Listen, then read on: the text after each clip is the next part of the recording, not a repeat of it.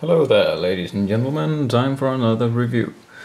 Today we'll be looking at the predecessor of the Denon AH-D500. I talked about the AH-D200 in an earlier video, so this will be related. As you can see, Denon has done a complete redesign, and this is because the original Denon series was actually made by Fostex and then simply branded by Denon. These are completely developed by Denon from the ground up, so even though they sound slightly similar, they are actually completely different. So first let's look at the cables. The cables are pretty standard for Denon at this point. You have connectors up here which are just mono jacks, which are molded. They are pretty standard, little bit recessed, so you'd be able to make cables for them yourselves fairly easily. They come with two cables, this being one of them with mic and iPod controls on it, with a normal rubber finish, a splitter there, and then a thicker rubber cable all the way down to a aluminium plug in the same style as the earlier headphones. This time though, this cable comes with a mini jack that is recessed, so it fits into cases. The other cable I don't actually have with me here, but the other cable is clothed. As you may remember, the cables on the higher models in the old series was, and it comes with a screw-on adapter at this end and no controls. And the same plugs up here, and it's much longer, so that's for home listening. The headphone itself is made completely from plastic, which I'm quite sad about, considering that the amount of headphones made from wood these days is declining, at least in the mainstream production lines, such as Denon. I know we have Odyssey and so on, which are newer but also a bit more niche.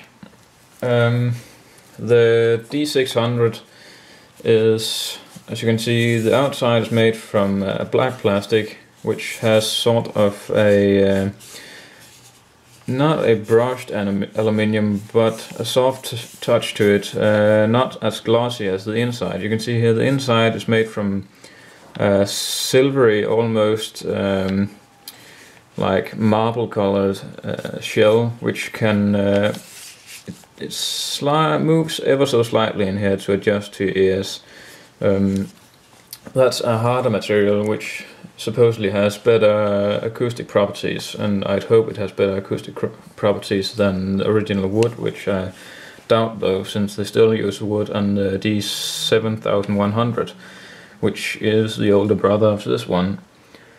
The design is, well, anyone who looks at it would say, and that was what they got in the beginning, that it is in many ways sort of a slight rip-off of the Beats by Dre, but with a much more organic touch to it. Actually, after holding it in my hands, I'd say it actually is nothing like the Beats by Dre. The only thing they have in common is the idea of the headband going down on the side and then having the cups on the inside of it, instead of actual arms like you usually have. But it has a much more organic design, as you can tell, which actually looks quite nice, especially in the right lighting. The plates here on the sides with the logo on are made from metal. I don't know if it's aluminium or what it is, but it's metal. The padding looks like leather, but I'm pretty sure, just like with the old ones, it is a synthetic organic leather. I'm not quite sure how they make it, but it's extremely nice and it seems to hold up. It doesn't start to flake. I've had the old models as well, and it's extremely soft. It has memory foam on the inside, and it's yeah, I wouldn't complain. I mean, some people want it to be real leather, and I can understand that, but this, I mean, for all intents and purposes, this is the same. It feels the same, works the same, it's very comfortable. these headphones in general are quite comfortable, just like the old ones, though they do tend to create a bit of a hotspot if they don't fit you precisely. For me, the headband sort of, because they have this shape, the headband sort of leans a bit forward and then rests on the edge a bit, which means I'll get a bit of a hotspot there, but it's not too bad. Just move it once in a while and it won't be a problem. Another obvious thing in the redesign of them on the physical part, apart from what I've mentioned so far, is that the cups aren't round anymore. They are sort of shaped like your ear.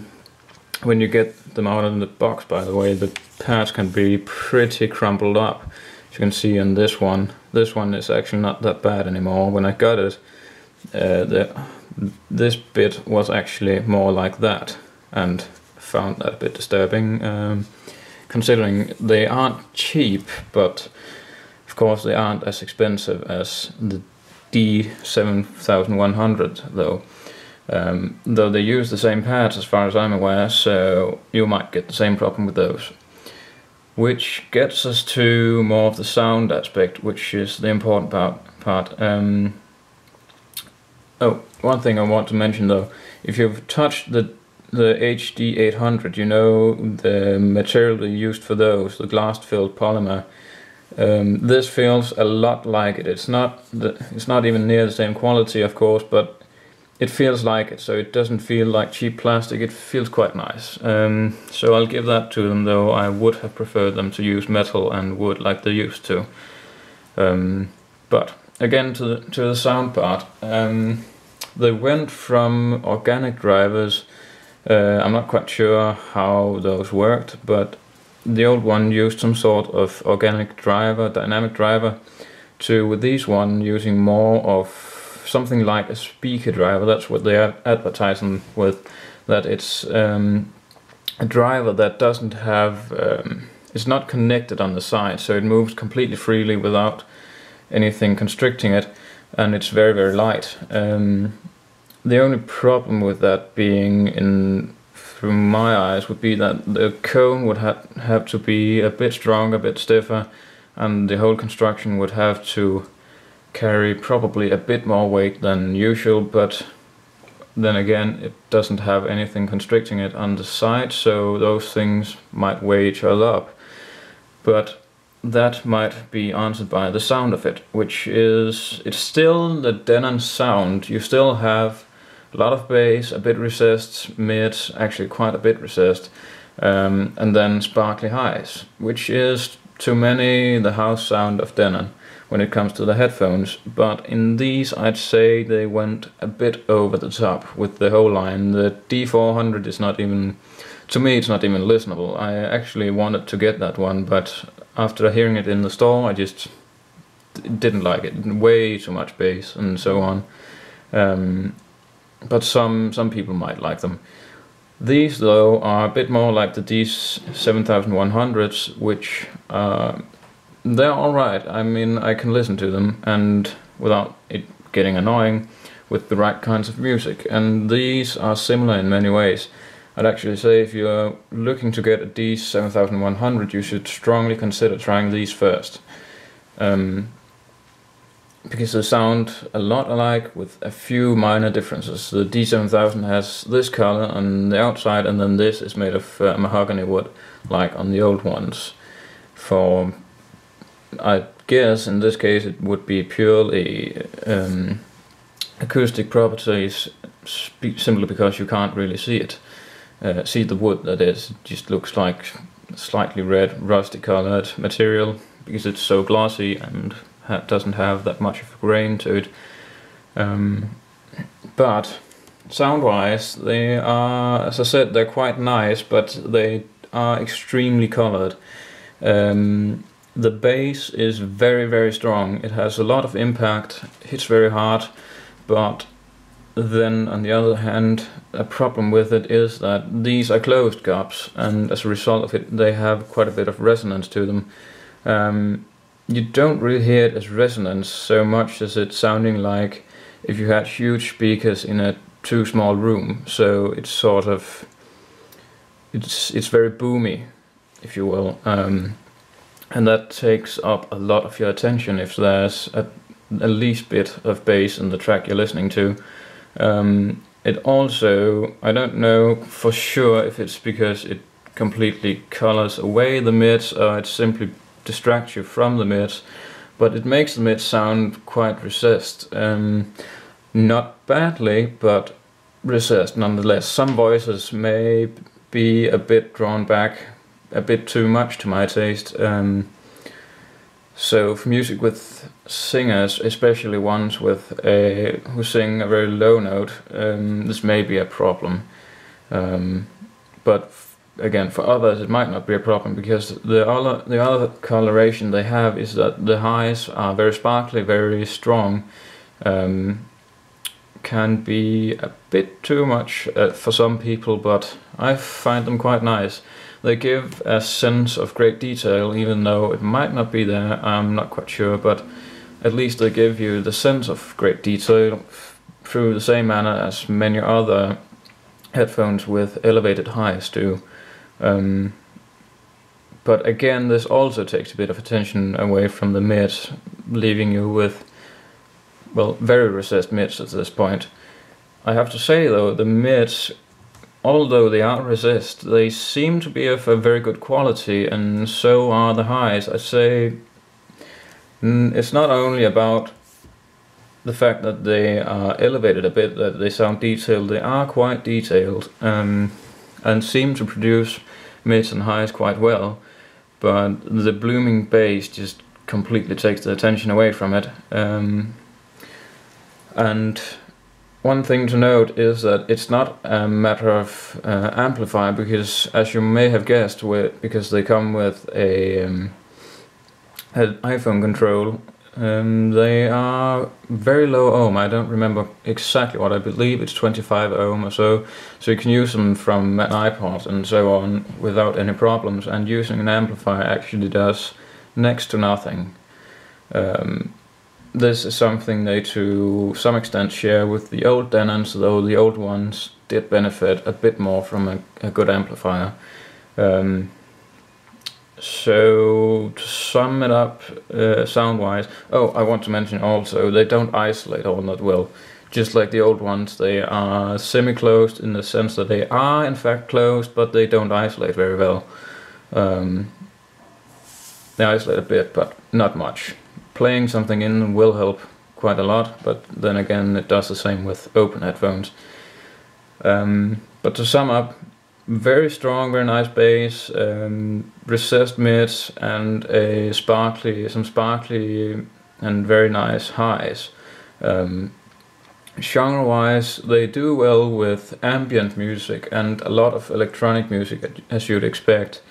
Classic music is actually, it's fairly alright, as long as you don't have any big drums in it. I know those aren't what you use most in classic music, but in some cases you may have some great drums in it, and with this sort of bass they may completely ruin your experience with them. So keep that in mind, and that goes with many other genres as well. Drums can completely ruin your experience because they just sound insane on these as a result of this boomy bass. They may just completely overwhelm you, so the rest of the music just seems like it's 200 meters away and the drums are right in your face, and that's not always what you want. But for genres where there's not too much bass in, they're quite good. Also, the soundstage is quite good for a closed headphone, but that may be because of the semi-closed design, or at least what would seem like a semi-closed design.